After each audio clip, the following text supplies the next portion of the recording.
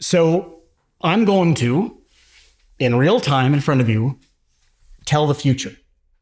I'm going to predict something that has not occurred yet. I'm going to predict that tonight, when I go home and watch Weather on the Nines with Chief Meteorologist Mike Clay, that his shirt will be, green, blue, it'll gray. It will be, he will be wearing a gray shirt. When I watch him on the news, he will be wearing a shirt with some, I'm not sure what shade. It'll be some shade of gray. Now, I am predicting this with absolute certitude. I'm not saying it's likely. I'm not saying it's probable. I'm saying I know it for a fact, even though it has not transpired yet. The riddle is, how can I know this? Is it analytic? No, it's not the definition of a shirt to be gray. It's contingent. There are lots and lots of different colors that shirts can be. Is it, do I have, because it's not analytic, it must be synthetic, right? It is informative. This is bringing a property, grayness, that is not inherent to the subject. It's synthetic in Kant's term. Therefore, Hume would say, I need experience to know it. But it's in the future, so I do not have direct experience of it, direct empirical data of it. So how could I know this? Could it be that Chief Meteorologist Mike Clay has worn gray shirts every day for this week or this month or a year or his career? Well, no, Hume has taught us that just because something has a past pattern does not give us certitude for future predictions. We have to assume the future will resemble the past, and there's no way to prove that. So that doesn't give us any certitude. Could I have bribed him, given him $50, told him to wear a gray shirt? Well, no, besides him being way too honest for that. At any point, he could spill coffee on it, have to change that. And yet, I know it.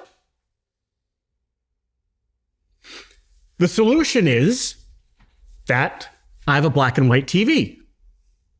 So everything on the TV is some shade of gray, somewhere between white and black.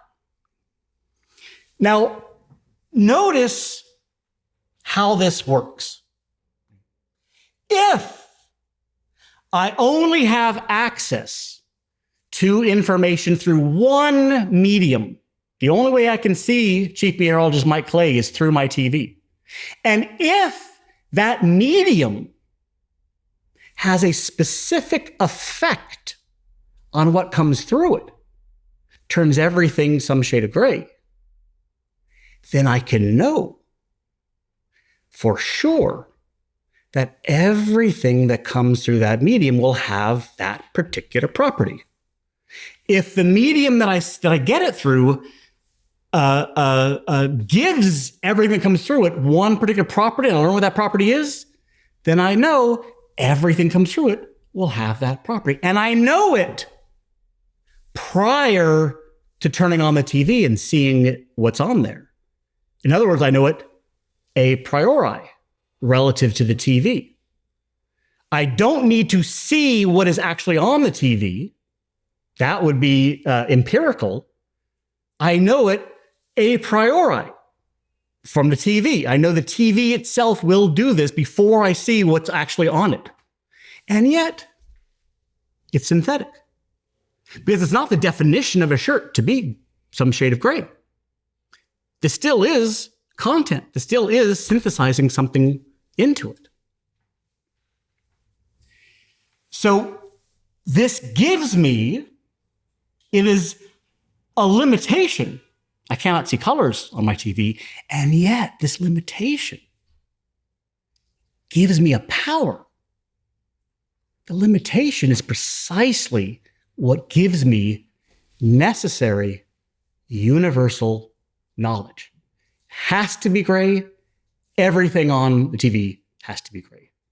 I know this as a law of nature for everything that I watch.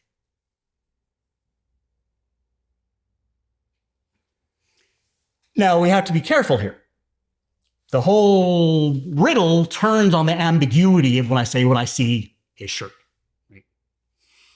Because what shirt am I actually seeing? I'm seeing the shirt on my TV. What the shirt that I know about, the shirt that I have necessary universal knowledge of, the shirt that I predicted is the shirt on the TV, not the shirt actually on Chief Meteorologist Mike Clay's back. I have no idea what the shirt on his back looks like. But I know for sure ahead of time, independently of checking, what color the shirt on my TV will look like. And this is the distinction that Kant makes. He says we have to distinguish between what he says are things for us and things in themselves.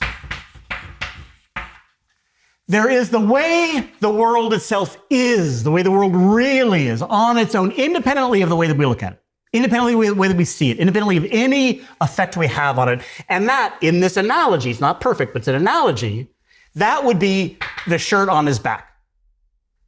What color it really, really is. But there's also the color that it is that I see through the only way that I can see it. I can only see it on my TV. That's the only way that I can get to it. And so there is Chief Meteorologist Mike Clay's shirt for me on my TV. And that is what I have knowledge of. That is what I predicted. That is what I have necessary universal information about. That is what I have a priori synthetic judgments about. And what Kant is saying, and this is the solution to the riddle of the book, how are a priori synthetic judgments possible, is that our minds are like the black and white TV. Our minds are not purely passive, perfect replications of the world. When we take in sensory data, we don't just register it passively like photographic film or like a mirror or like a tabula rasa, blank slate. The mind, the human mind, takes this in and organizes it. The human mind structures the information. We get all of this data, there's light waves and sound waves and smells and all of this information, and it's chaotic. And we can't deal with it in this raw form. In order to be able to navigate through the world, in order not to be a rain dog, in order to have an orderly, structured reality that we can walk through and meet other people in, we have to impose a certain order on it. We have to impose a structure that is amenable to human comprehension. And if we can know what that structure is, then we know what everything we ever experience will be structured like. And that's all that math and science are. The study of the structures that we impose on experience.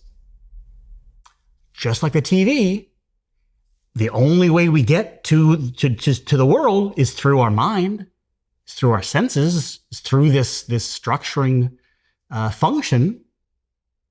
And if we can figure out what it is doing to everything that comes in it, then we will know something about everything that comes out of it. We will know facts, synthetic, substantive facts, but about everything, universal, necessarily, about the world for us. The world we live in.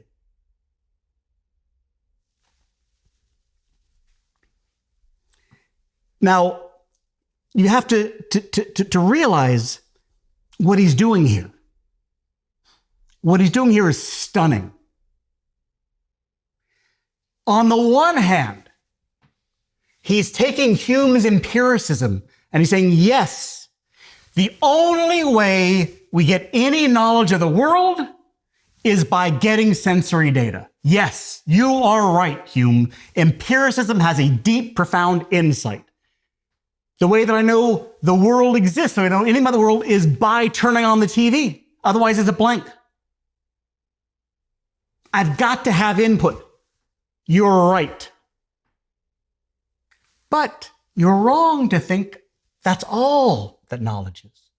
That everything I get is simply through the senses. Descartes, you and the rationalist, you are right. There are things that I don't get from experience as part of my knowledge.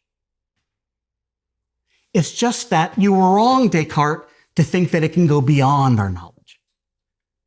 The things that I can know a priori, necessarily, universally, are not from experience, but they're only true of experience.